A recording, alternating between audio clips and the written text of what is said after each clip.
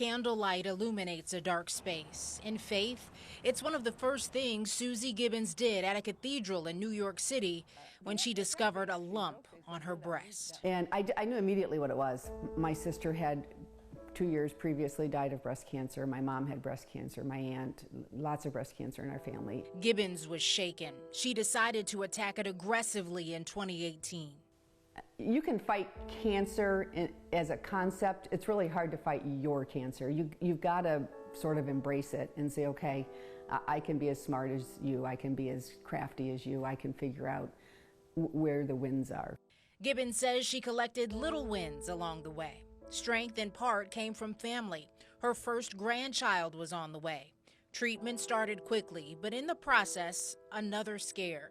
She was told she had lung cancer too. The chemotherapy stopped and a portion of her lung was removed. Next on the list, a double mastectomy. Now remember, she wanted to be aggressive. And then reconstructive surgery. When they called to reschedule a fourth time, I said, you know what, I've decided not to pursue this procedure at all. And that was that. It was like a huge boulder was lifted off of me. It's a process she writes about in her blog, Susie Talk. A lot of talking and explaining in details, but all I hear, I'm sorry, you have breast cancer. A way to give light to others battling cancer. Entries are also focused on fashion, the frustration women find while shopping when their bodies aren't what they used to be. Women's clothing are designed to, have an area to pull out in the front. And when it doesn't pull out, it ends up just looking very baggy and very boxy and just not flattering. Gibbons trying to get the attention of designers, showing them that just a few tweaks can help all women look their best from the waist up. I'm not trying to hide the way I look. It's not that I'm trying to hide the fact that I don't have breasts. I'm trying to look nice with the look that I have decided to go with. Family photos often showcase the joy in life, celebrating milestones, offering lasting memories. And it's this window Suzanne Shaw won't soon forget. We stood outside that window for about 7 hours, then she was gone. The only view she had of her 95-year-old mother's final hours. Elizabeth Walker lived at Manor Care Nursing Home in Parma and died the day after Easter from complications of COVID-19. No funerals, no viewings, no, any way to properly process. 1 hour later, her daughter Brittany called with news of what Suzanne believes is a miracle.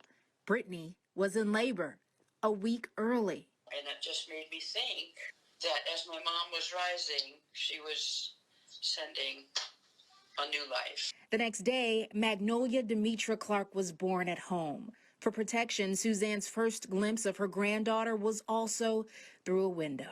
The window of grief, the window of joy. It's just such a strange time.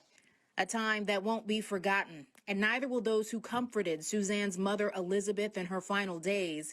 You see, Magnolia's middle name, Demetra, comes from the nurse who held her great-grandmother's hand when loved ones could not.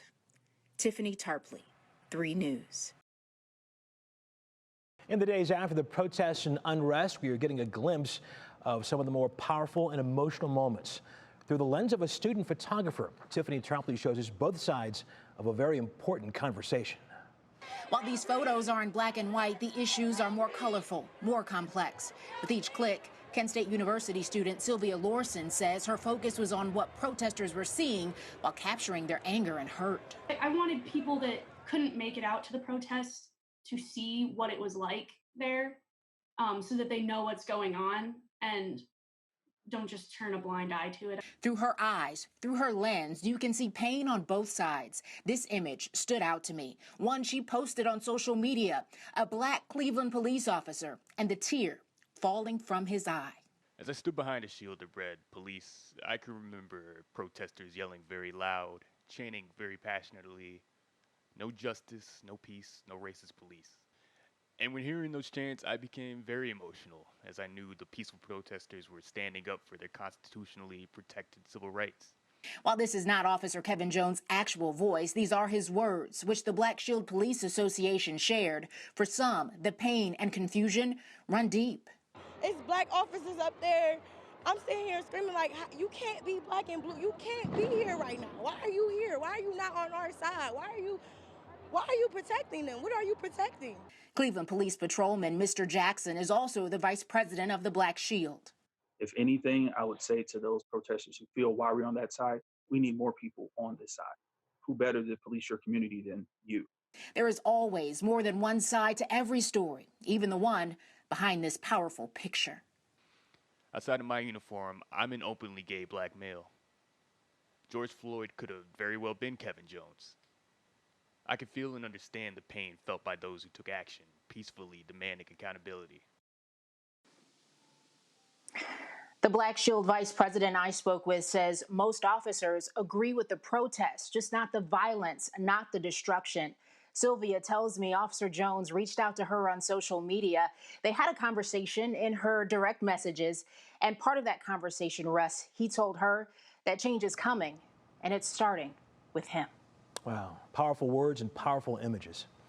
Tiffany, thank you. Good afternoon. I'm Russ Mitchell from WKYC Studios. We are breaking into programming now to tell you about what has been a very busy afternoon in downtown Cleveland. Let's begin with what started as a demonstration at the Free Stamp about 1 o'clock this afternoon to protest the death of George Floyd. This turned ugly very quickly in front of the Justice Center when a small group of protesters, and I want to emphasize a small group of protesters, confronted police, leading to pepper spray being used and several arrests. Our Tiffany Tarpley has been there all day in the middle of this and joined us now live for the latest. Tiffany, what can you tell us? Well, Russ, I can tell you right now, there are parts of Cleveland that are on fire. We are standing right in front of the Cuyahoga County Courthouse here across from the Justice Center. We are trying to stay back, but you can kind of see in the distance here some of the smoke and flames here. Even down here at the corner of Ontario and Lakeside, also saw another police cruiser on fire, as well as a bus shelter that was shattered.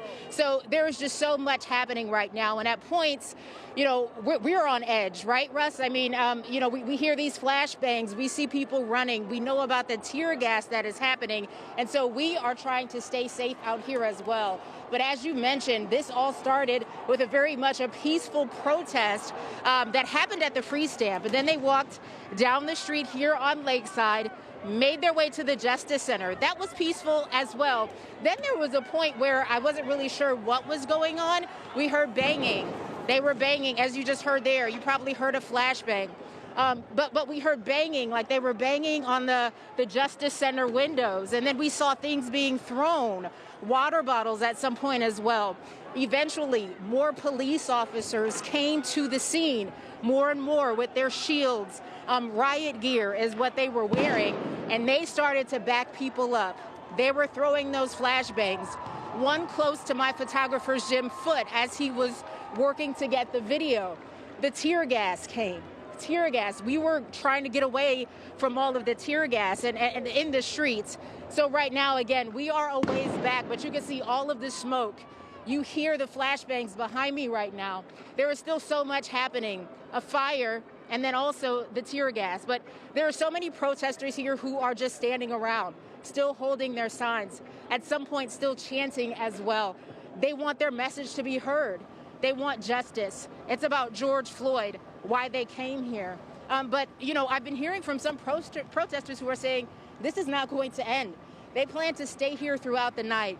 Also, something else I've seen, spray paint on the building, spray paint on the Justice Center, spray paint on the courthouse, different, you know, words, vile words, some of them as well, too. So as of right now, I don't see an end in sight for this, Russ.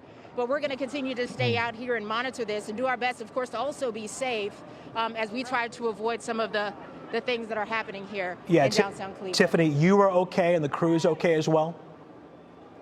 Yes, we are. I mean, you know, people have been asking me, people have been texting me and asking me, how are you doing? And I truly appreciate that.